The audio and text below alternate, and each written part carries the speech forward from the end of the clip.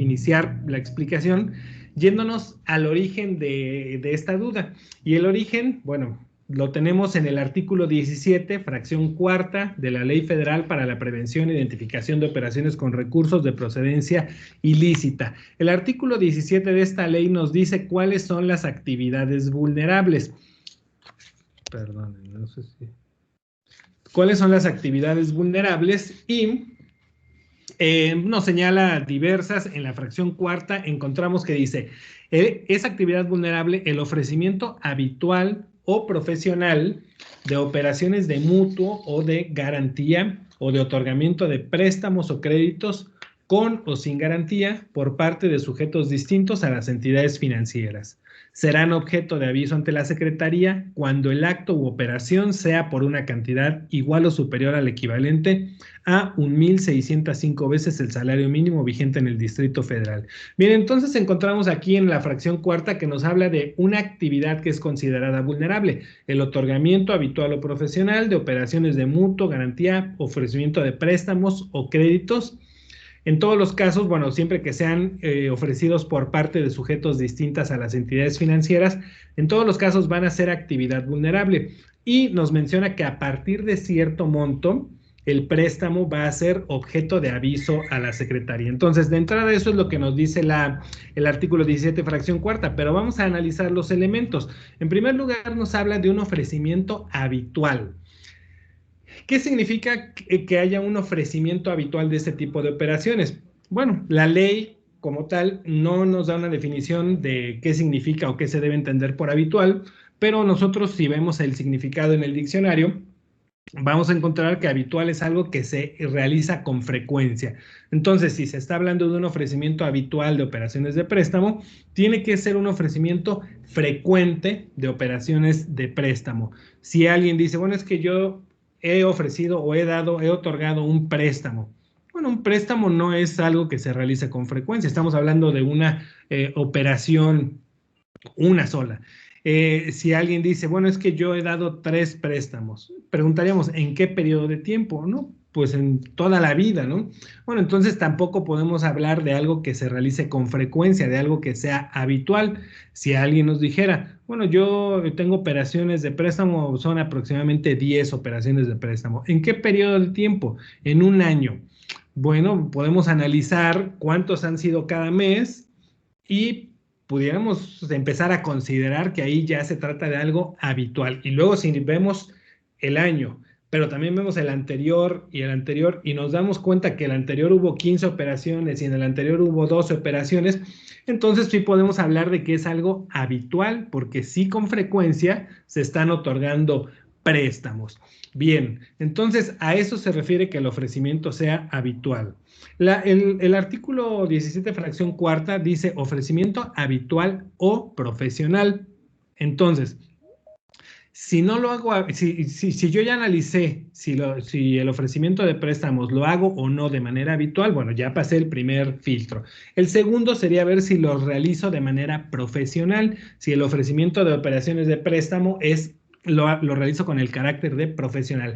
¿Qué se refiere esto de profesional? Tampoco lo encontramos una definición como tal en la ley o en las reglas que nos diga una actividad se entenderá que se realiza de manera profesional. ¿Cuándo? No lo encontramos, pero bueno, analizando los criterios que ha emitido la Unidad de Inteligencia Financiera, podemos llegar a decir que cuando habla de este carácter de profesional, se puede referir, uno, que es una actividad a la que te dedicas. Entonces, si yo a eso me dedico, a otorgar préstamos, o es una parte de mis actividades a las que me dedico, otorgar préstamos, entonces lo realizo con el carácter de profesional.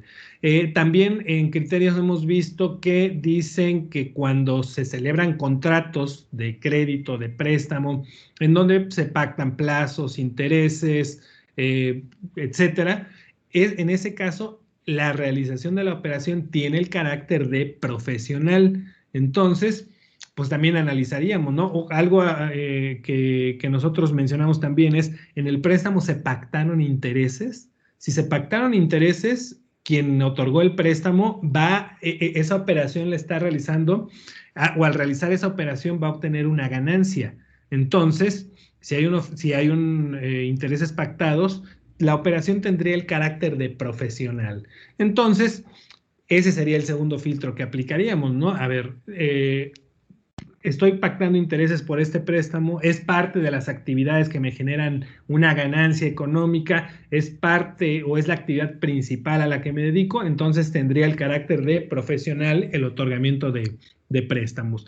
Bien, entonces, bueno, con base en estos dos primeros criterios, la actividad vulnerable de préstamos, de otorgamiento de préstamos, es una actividad en la que muchas personas físicas o morales pueden estar incurriendo, no porque sea su actividad la única a la que se dedican, simplemente si lo hacen con un carácter habitual, aunque no sea profesional, o con un carácter profesional, aunque no sea habitual, ya nos estaríamos colocando en esta actividad vulnerable. Y al colocarnos en la actividad vulnerable significa que tenemos que dar cumplimiento a todas las obligaciones que marca la ley de prevención de lavado de dinero. Bien, vamos a continuar y vamos a ir complementando ahorita los comentarios. Y bueno, ¿cuáles son las operaciones a las que se refiere esta actividad vulnerable? Dice operaciones de mutuo o de garantía o de otorgamiento de préstamos o créditos. Si lo resumiéramos en una palabra, es el ofrecimiento o otorgamiento de préstamos, porque mutuo, préstamo, crédito es sinónimo. Se refiere exactamente a lo mismo. Claro, el mutuo tiene carácter civil, el préstamo carácter mercantil, el crédito también. Entonces, se refiere a, o debemos entender la misma operación. Bien, con o sin garantía. Es decir, se pueden dar préstamos con garantía como lo haría una casa de empeño, que se queda con una garantía y otorga el préstamo, o un préstamo sin garantía, como lo puede hacer una empresa, una persona física. No necesariamente en todos los préstamos se establece o se pide una garantía en ese préstamo, en esa operación. Entonces puede ser con o sin garantía. Y también, bueno, la característica es que no sean ofrecidos estos préstamos por entidades financieras, porque las entidades financieras cuando ofrecen o otorgan préstamos están reguladas en materia de prevención de lavado de dinero por la ley respectiva que regula a esa entidad financiera. Sus obligaciones de PLD están en esa ley, no aquí. Entonces, bueno, ese sería el primer análisis de lo que es la actividad vulnerable. Vamos a continuar. Nos dice también el artículo 17 en su fracción cuarta que el ofrecimiento de estas operaciones de préstamo crédito serán objeto de aviso ante la Secretaría, que es una de las muchas obligaciones que deben de cumplir quienes realizan actividades vulnerables, presentar avisos cuando las operaciones se colocan en los supuestos que marca la ley. Y en esta actividad de préstamos, el aviso se realiza cuando el acto u operación es por una cantidad igual o superior al equivalente a 1,605 veces. Aquí dice el salario mínimo, pero tenemos que recordar que en enero de 2016 se publicó una reforma constitucional en materia de desindexación del salario mínimo. Y desde entonces todas las referencias que las leyes hagan al salario mínimo se deben entender hechas a la unidad de medida y actualización. Entonces, cuando los préstamos sean superiores a 1,605 veces la unidad de medida y actualización, serán objeto de aviso. En este año, bueno, de febrero 2021 a enero 2022, el valor de la UMA es de 89 pesos con 62 centavos, por lo que 1,605 veces la UMA es una cantidad de 143,840 pesos con 10 centavos. De tal manera que si yo otorgo préstamos de manera habitual o de manera profesional y el monto de ese préstamo, de los préstamos que yo otorgo, es superior a esta cantidad, tengo que enviar aviso a la Secretaría de Hacienda informando o reportando esta operación de préstamo. Si los préstamos que yo otorgara fueran menores a esta cantidad, tengo que cumplir con todas las demás obligaciones que marca la ley, pero no estarían sujetas al envío de los avisos estas operaciones. Tendría que estar dado de alta en el portal de prevención de lavado de dinero, tendría que tener expedientes de identificación de las personas a las que les doy préstamo con todos los requisitos, tendría que llevar registros de seguimiento y acumulación, tendría que preguntar si existe dueño beneficiario en las operaciones, tendría yo que conservar los expedientes con confidencialidad, integridad, disponibilidad, auditabilidad, tendría que revisar incluso las listas de personas designadas y como son operaciones que no son objeto de aviso, las reglas de carácter general señalan que tengo que enviar informes sin operaciones cada mes, pues para estarle informando a la autoridad que no he realizado operaciones que sean objeto de aviso, aun cuando estoy realizando actividades vulnerables. Bien, entonces, en todos los, como vimos, no hay un monto mínimo para que el otorgamiento de préstamos habitual o profesional sea considerado actividad vulnerable. Es decir, si los préstamos que se otorgaran fueran de 3,000, 5,000, 8,000 pesos, es actividad vulnerable y se debe dar cumplimiento a todas las obligaciones de la ley. Bien, entonces ese es el monto a partir del cual se deben presentar avisos en esta actividad vulnerable. Hay que tener en cuenta también el penúltimo párrafo del artículo 17 de la ley, en donde nos dice que si una persona realiza actos o operaciones por una suma acumulada en un periodo de 6 meses que superen los montos establecidos en cada supuesto para la formulación de avisos, podrá ser considerada como operación sujeta a la obligación de presentar avisos para efectos de esta ley. Esto significa que si yo otorgo préstamos que no sean objeto de aviso, porque son menores a estas 1,605 UMAS, lo que yo debo de hacer es acumular, darle un seguimiento y acumular los préstamos que estoy otorgando en este periodo de 6 meses. Y si en ese periodo de 6 meses el acumulado llega a superar las 1,605 UMAS, entonces esos préstamos acumulados los tengo que informar a través de un aviso. Claro, esta acumulación se tiene que dar por cada cliente o usuario, es decir, por cada persona a la que le doy un préstamo. Si a una persona le di 3,000 pesos, a esa persona le acumulo 3,000 pesos. Si el siguiente mes le presto 10,000, ya llevo 13,000 con esa persona. Si en 2 meses le doy 50,000, ya llevo 63,000 pesos. Así debo de irle dando seguimiento a los préstamos con esa persona durante 6 meses. Si al final de los 6 meses le presté menos de 143,000 pesos, no son operaciones objeto de aviso. Si al final de los 6 meses le presté más de 143,000 pesos, son objeto de aviso y tengo que reportar esas.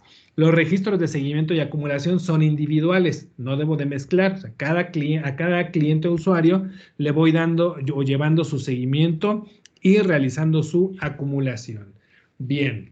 Hay el mismo artículo 17 de la Ley de Prevención del Lavado de Dinero, en su último párrafo establece que puede haber una excepción o una exención de la obligación de la presentación del aviso. El último párrafo dice: la Secretaría podrá determinar, mediante disposiciones de carácter general, los casos y condiciones en que las actividades sujetas a supervisión no deban ser objeto de aviso, siempre que hayan sido realizadas por conducto del sistema financiero.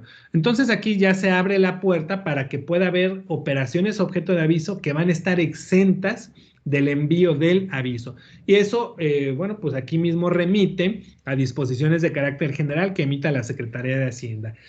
La Secretaría de Hacienda es quien emite las reglas de carácter general a que se refiere esta ley y en el 2014, el 24 de julio de 2014, se publicó en el Diario Oficial de la Federación la modificación a las reglas de carácter general, en virtud de la cual se adicionó el artículo 27 bis. Antes de 2014 no existía este artículo 27 bis. Antes de 2014 no había casos de actividades vulnerables que estuvieran exentas del envío del aviso. A partir de 2014, 24 de julio de 2014, ya están los casos en los que las actividades vulnerables pueden estar exentas del aviso. Claro, reuniéndolos o colocándose en los supuestos que marca este artículo 27 bis que vamos a ver. En los términos de lo previsto en el último párrafo del artículo 17 de la ley, no serán objeto de aviso las actividades vulnerables siguientes. ¿Qué nos está diciendo de entrada aquí y qué es lo mismo que refería el último párrafo del 17? Sí son actividades vulnerables, sí son, porque se colocan en los supuestos del artículo 17, sí son actividades vulnerables, pero no serán objeto de aviso. No van a tener que enviar aviso aunque rebasen los montos que señala el artículo 17 para el envío de los avisos. Es la única obligación que no van a tener. Todas las demás obligaciones las siguen teniendo. Darse de alta, llevar expedientes, llevar registros, etcétera, etcétera. Bien. ¿Cuáles son las que nos señala ese artículo 27? Bueno, vamos a hablar de las que tienen que ver con préstamos. Fracción primera, la prevista en la fracción cuarta del artículo 17 de la ley, préstamos. Cuando personas morales que formen parte de un grupo empresarial realicen los actos u operaciones siguientes. De entrada ya nos está diciendo, a quienes les va a aplicar esta exención es a personas morales. Personas físicas no están exentas. Siempre, si se colocan en los supuestos del 17 fracción cuarta, van a tener que cumplir. Pero personas morales pueden estar exentas. Una condición, que formen parte de un grupo empresarial y que realicen las operaciones de préstamo que se señalan a continuación. Primero vamos a ver qué es grupo empresarial para ya poder hablar de esos supuestos. El artículo 3 de las reglas nos dice que se entiende por grupo empresarial en la fracción 10 al conjunto de personas morales organizadas bajo esquemas de participación directa o indirecta del capital social, en las que una misma sociedad mantiene el control de dichas personas morales. Grupo empresarial, entonces, es un conjunto de personas morales organizadas bajo esquemas de participación directa o indirecta del capital social, en las que una misma sociedad mantenga el control de las personas morales. Aquí ponemos un esquema sencillo, pero bueno, que pueden ejemplificar lo que estamos diciendo. Tenemos a una persona moral que es la que mantiene el control de las otras personas morales del grupo. Tenemos a una controladora que mantiene el control de la empresa X, de la empresa Y y de la empresa Z. Aquí un requisito importante es que la controladora debe ser persona moral, no persona física. Hay muchos casos en donde hay un grupo de empresas en donde yo soy el accionista común y mayoritario en todas. Tengo mi empresa tal, mi empresa tal, mi empresa tal. Y aquí yo tengo el 90%, en este el 60% y en esta el 80%. Hablo de mi grupo de empresas, sí, pero de acuerdo a este artículo 3, fracción 10, no, eso no es un grupo empresarial para efectos de esta ley. Entonces, si fuera ese el caso, que yo soy persona física y tengo varias empresas y yo mantengo el control en todas, no soy grupo empresarial y no me aplicaría la exención del 27 bis, quedo fuera. Pero si somos este esquema en donde tenemos un grupo de empresas, en donde una persona moral es la que mantiene el control de manera directa o indirecta. Aquí pusimos un esquema, una imagen, en donde el control está de manera directa, pero puede ser de manera indirecta. ¿Cómo sería de manera indirecta? Bueno, que la empresa Z fuera accionista de otra empresa, la empresa H. Bueno, pues esa empresa H finalmente es controlada por la empresa A. Y esa también entraría en el grupo empresarial. Bien, pues regresemos a lo que decía el artículo 27 bis y dice, no serán objeto de aviso las actividades vulnerables que se realicen entre empresas de un grupo empresarial, en estos casos, cuando celebren operaciones de mutuo, otorgamiento de préstamos o créditos, exclusivamente a empleados de las empresas integrantes del grupo empresarial al que pertenezcan. Primer supuesto.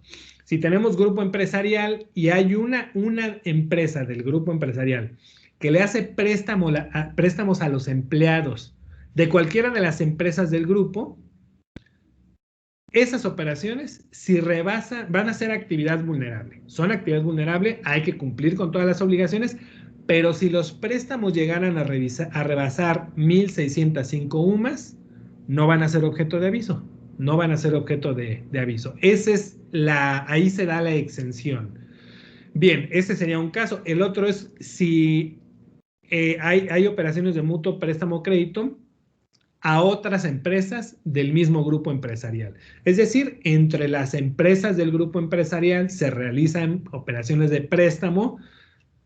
Esas operaciones, cuando rebasen 1,605 UMAS, no van a ser objeto de aviso. Eso es lo que dice este artículo 27 bis. Y hay otro inciso en la fracción primera. Dice, también cuando personas morales que formen parte de un grupo empresarial, administren recursos aportados por los trabajadores de las empresas que conforman el grupo empresarial al que pertenezcan, y que otorguen mutuos, préstamos o créditos exclusivamente a los trabajadores de las empresas que conforman el grupo empresarial con cargo a dichos recursos. Tenemos un grupo empresarial, como ya dijimos, y una de las empresas administra recursos que los propios trabajadores de las empresas del grupo aportan. Y luego con esos recursos que administra, les hace préstamos a los trabajadores. Aquí nos está diciendo, sí es actividad vulnerable eso, pero si los préstamos llegan a rebasar 1.605 UMAS, estarán exentas del envío del aviso. Y pone al final esta condición que ya estaba señalada desde el 17, último párrafo. Lo anterior siempre y cuando el importe total de la operación de mutuo, otorgamiento de préstamo o crédito haya sido ministrado por conducto de instituciones del sistema financiero, es decir, se hizo mediante transferencia, mediante cheque, o sea, no se entregó en efectivo el préstamo, sino que fue a través de instituciones del sistema financiero. Bien, esto nos dice el 27 bis desde el 24 de julio de 2014. Surge el criterio, bueno, no surge el criterio.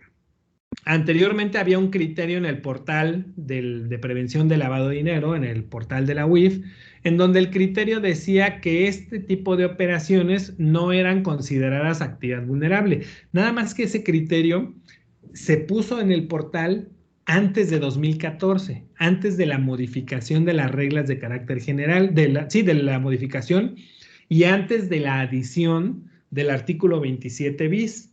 Entonces, cuando no existía el 27 bis, a través de un criterio dijeron, no, estas operaciones no son actividad vulnerable.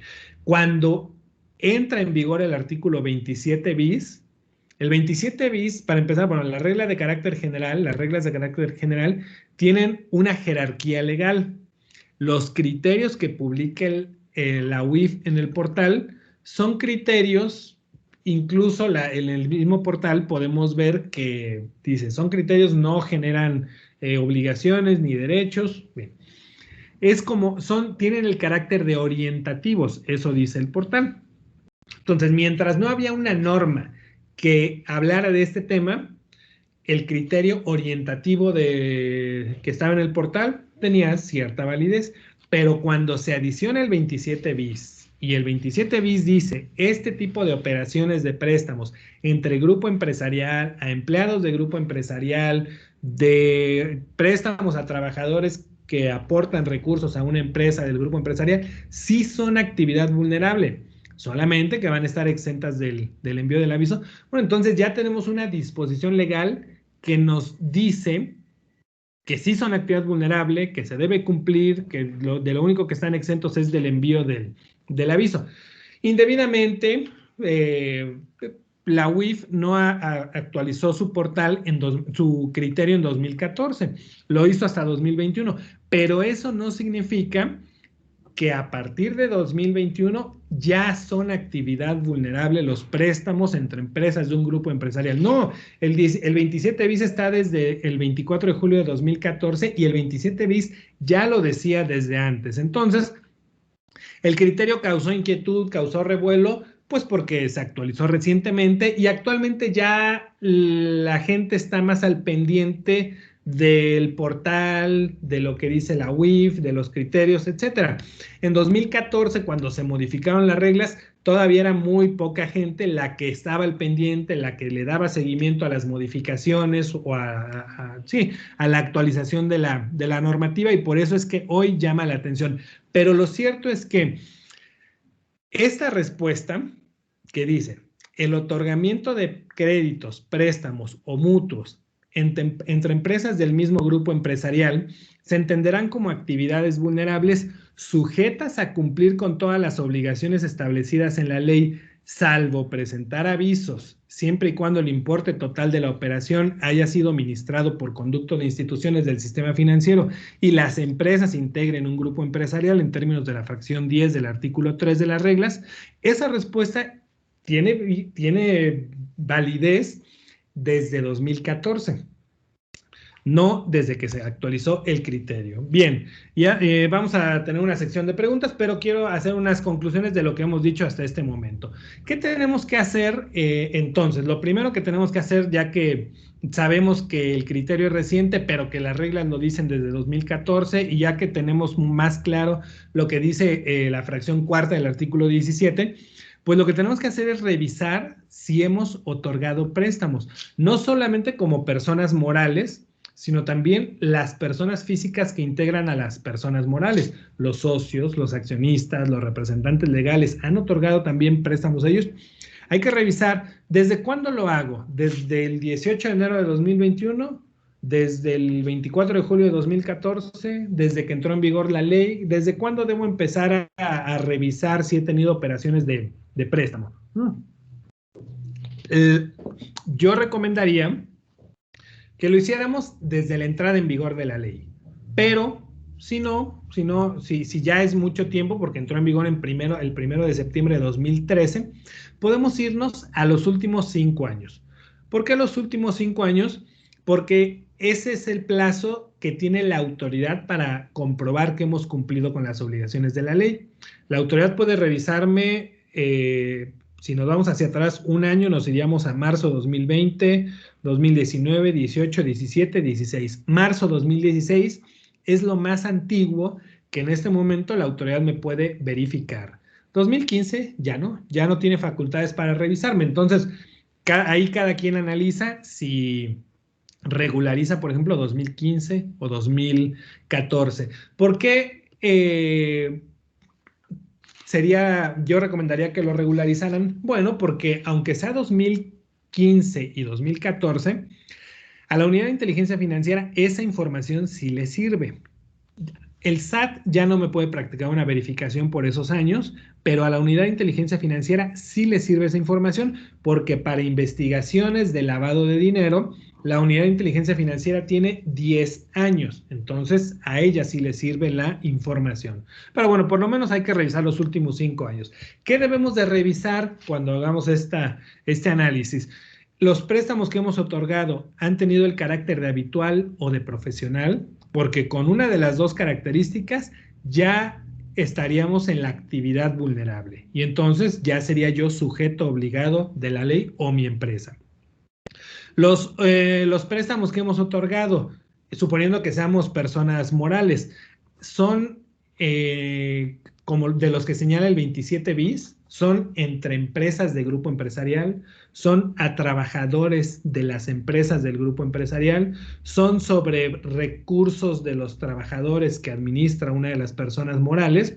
Bien, entonces, esa actividad vulnerable, la diferencia es que cuando lleguen a 1,605 UMAS, esos préstamos van a estar exentos del aviso. Y aquí quiero mencionar que el estar exentos del aviso, las reglas de carácter general dicen que se debe enviar un informe de operación exenta. O sea, tampoco es que no presento nada. Tengo que enviar un informe de operación exenta, que no es lo mismo que un informe sin operaciones. Sería un informe de operación exenta. Bien, entonces analizaría eso, si tengo préstamos que son objeto de aviso o que son exentos. Y, bueno, pues sí, algo recomendable es obtener asesoría para la regularización, porque aquí hemos hablado de que hay que darse de alta en el portal, hay que designar a un responsable encargado del cumplimiento, hay que llevar registros de seguimiento y acumulación, hay que integrar expedientes de identificación, hay que, dependiendo del supuesto, enviar avisos, informes exentos, hay que conservar la información, hay que consultar las listas, hay que solicitar información sobre el dueño beneficiario, etcétera. Y todo el cumplimiento de estas obligaciones debe ser de manera precisa, de manera correcta, porque la ley establece, contempla infracciones cuando no se cumplen estas obligaciones, y las sanciones que están previstas para las infracciones pueden llegar a ser elevadas. Por ejemplo, si no integramos un expediente de identificación de manera correcta, la multa mínima es de 200 UMAS. Esto es casi 18,000 pesos, casi 18,000 pesos por un expediente no integrado. Si yo, por ejemplo, tenía que presentar un aviso de una operación y no lo presento, esa omisión se sanciona con una multa mínima de 10,000 UMAS, casi 900,000 pesos, por un aviso no presentado. Y la operación pudo haber sido, hablando de préstamos, de 200,000 pesos.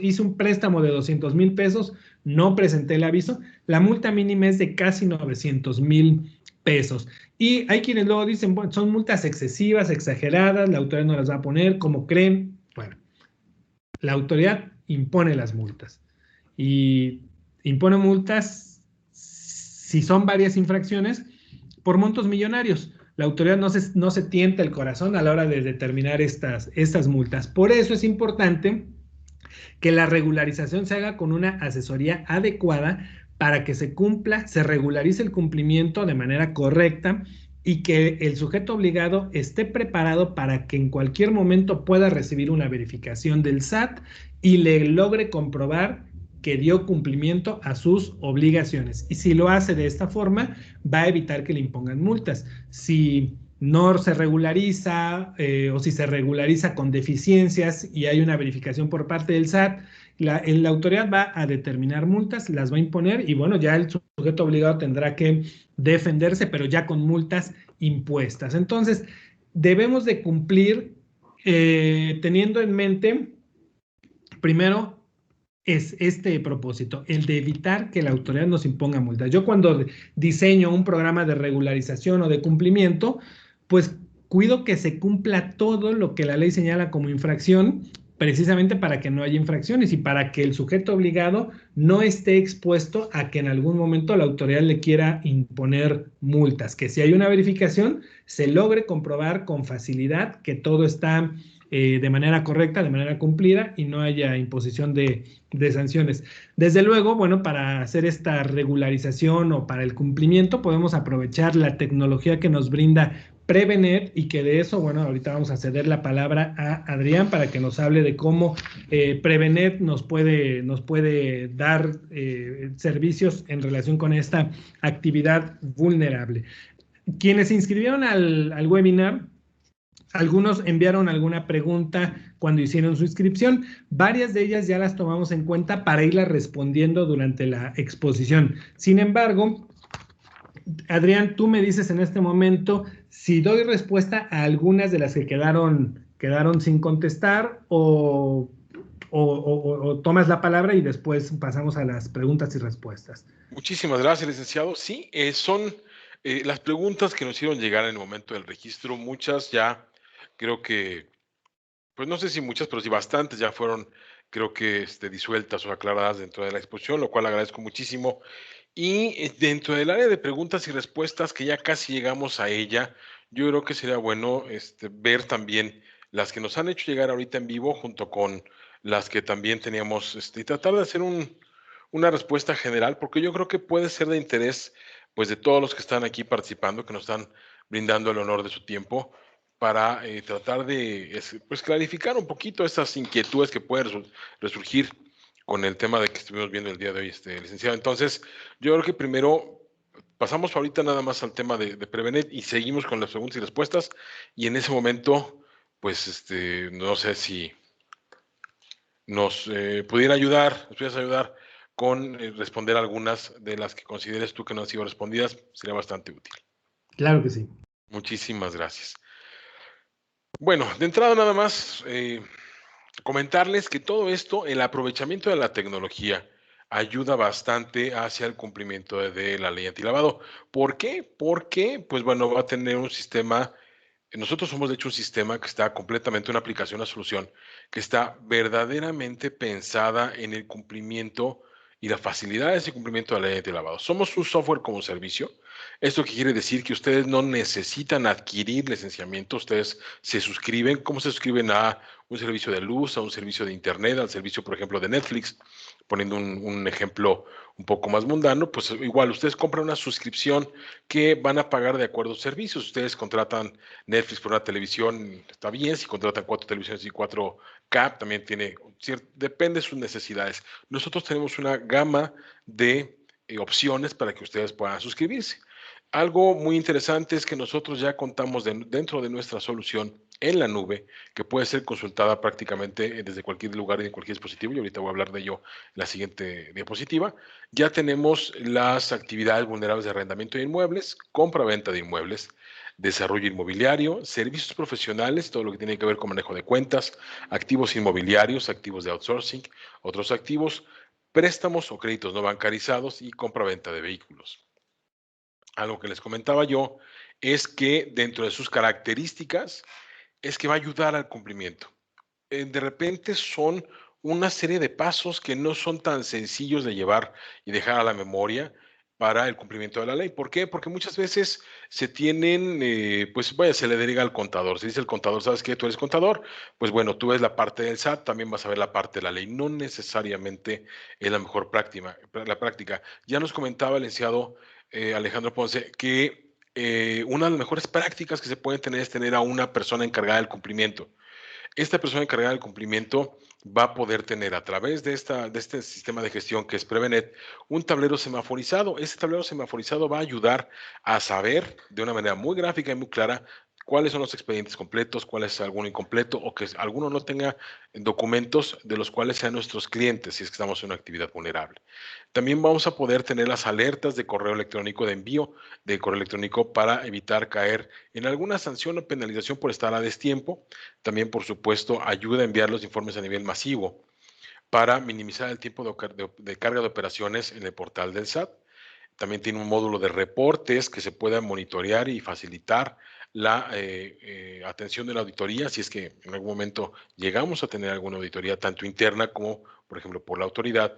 Y algo muy interesante que también ya comentábamos la sesión pasada es que se pueden consultar la lista de personas políticamente expuestas, sancionados internacionales y contribuyentes al artículo 69 del Código Fiscal de la Federación.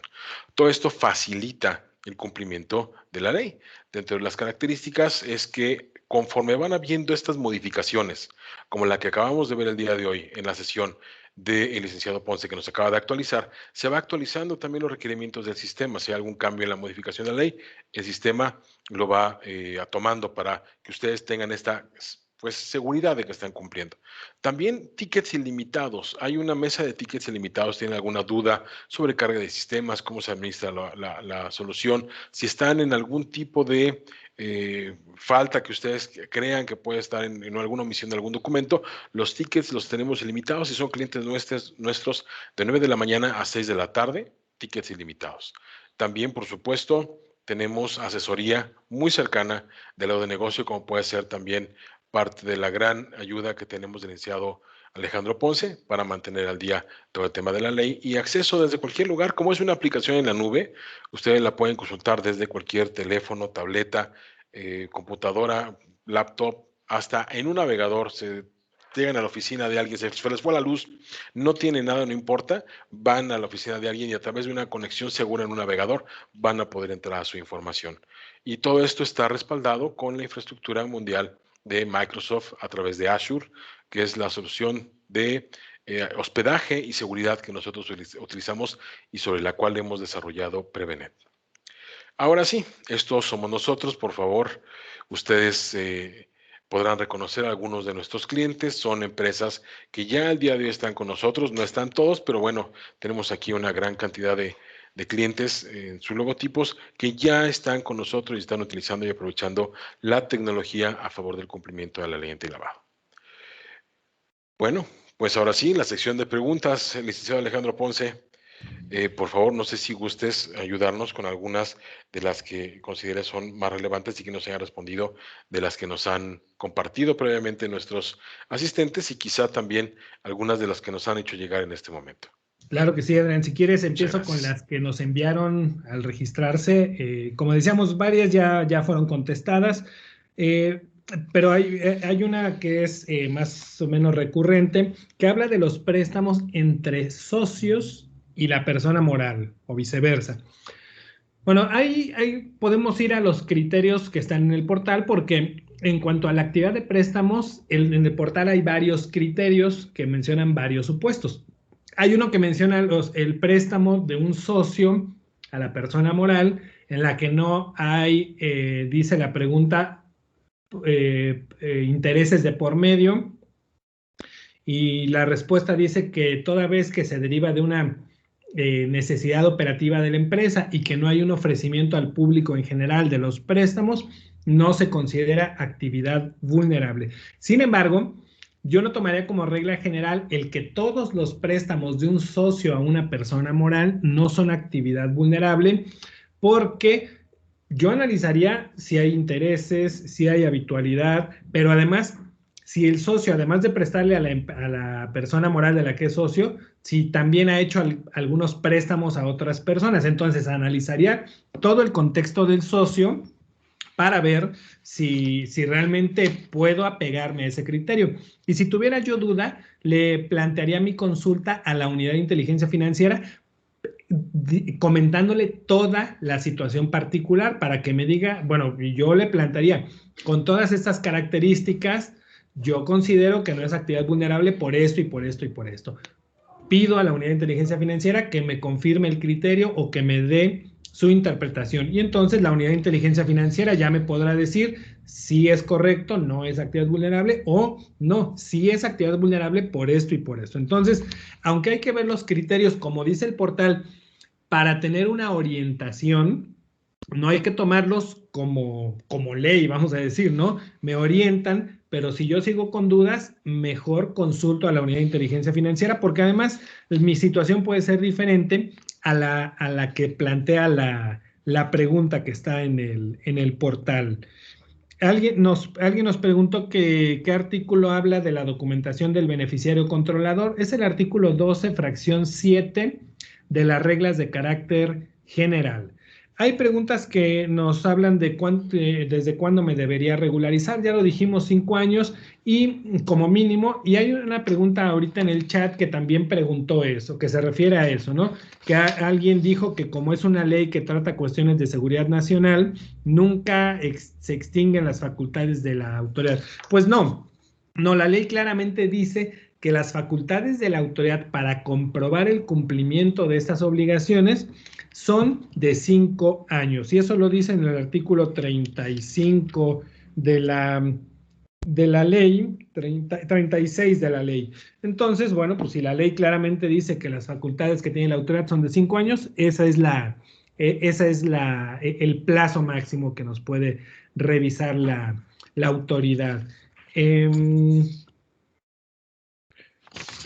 Una pregunta que nos dicen, si hay préstamos entre filiales, que aquí, bueno, ya el término filiales, intercompañías, etcétera, mejor lo dejamos de utilizar y nos centramos en el de grupo empresarial, que es el que está perfectamente definido en las reglas de carácter general.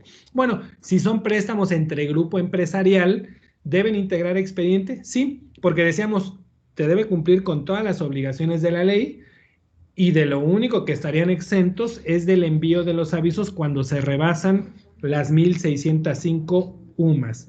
Alguien nos preguntó cuál es el tratamiento fiscal de los préstamos que hacen los socios a la misma empresa. Bueno, el tratamiento fiscal es de acuerdo a las leyes fiscales, se debe registrar en contabilidad tanto del socio como de la persona moral. Bien, ya si es actividad vulnerable o no, tendría que hacer el análisis que mencionamos hace unos momentos. Y hay una relacionada con esta. A ver, déjenme ver. Que quién es el obligado a presentar los avisos o informes de préstamos, quien otorga los préstamos, porque el artículo 17, fracción cuarta, habla del otorgamiento de préstamos. Entonces, el que otorga el préstamo es el obligado a cumplir con la ley. Bien, a ver, déjenme ver de las que están en el chat.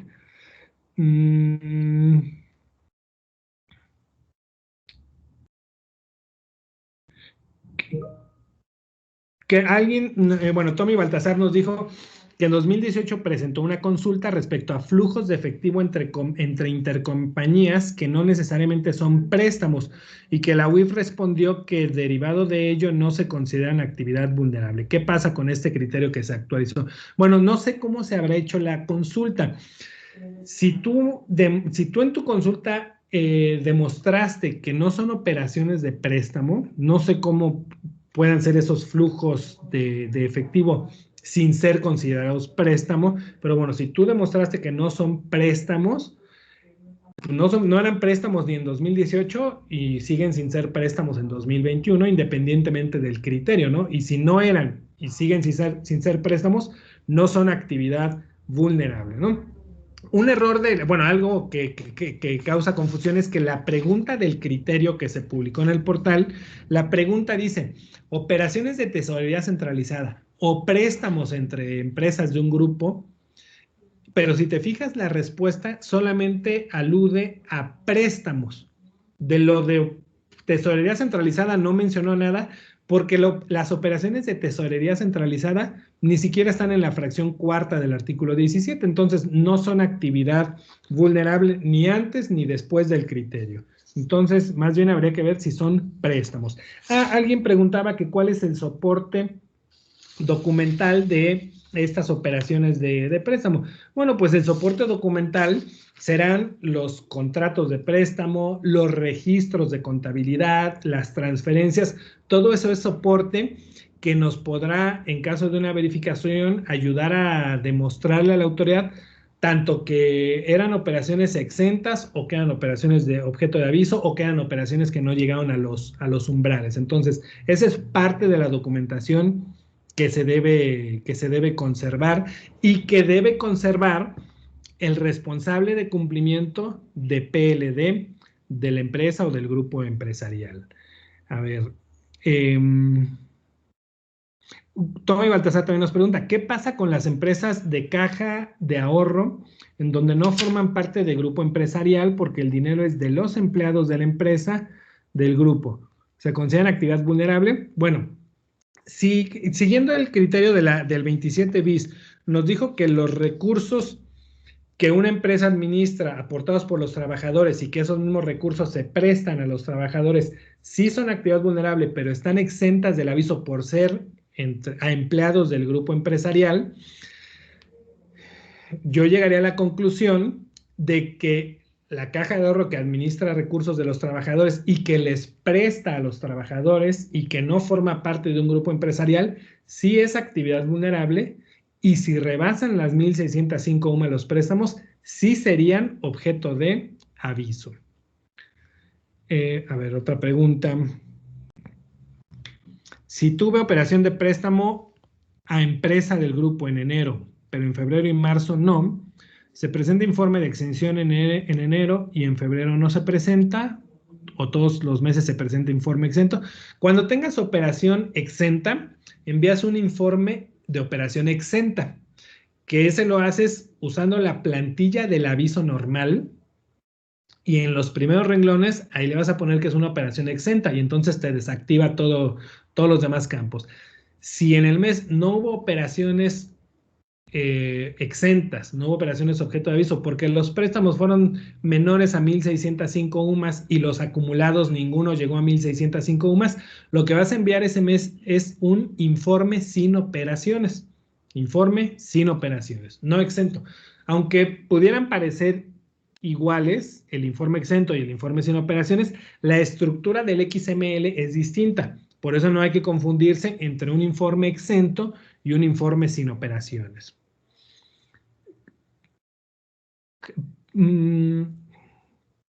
Cuando me pagan el préstamo, no, ya no debo de presentar ningún aviso. Nada más es cuando se otorga el préstamo. Aun cuando en el aviso esa sección diga datos de liquidación, no se refiere al pago o a la liquidación del préstamo, sino al otorgamiento del préstamo. Montserrat nos pregunta cuál es el tipo de informe que se debe enviar. Bueno, ya lo acabamos de mencionar. ¿En dónde está este informe en el portal? En el portal se puede descargar la plantilla de Excel para la presentación de avisos de préstamos y ese es el que utilizarías para generar el informe exento. O bien, directo en el portal.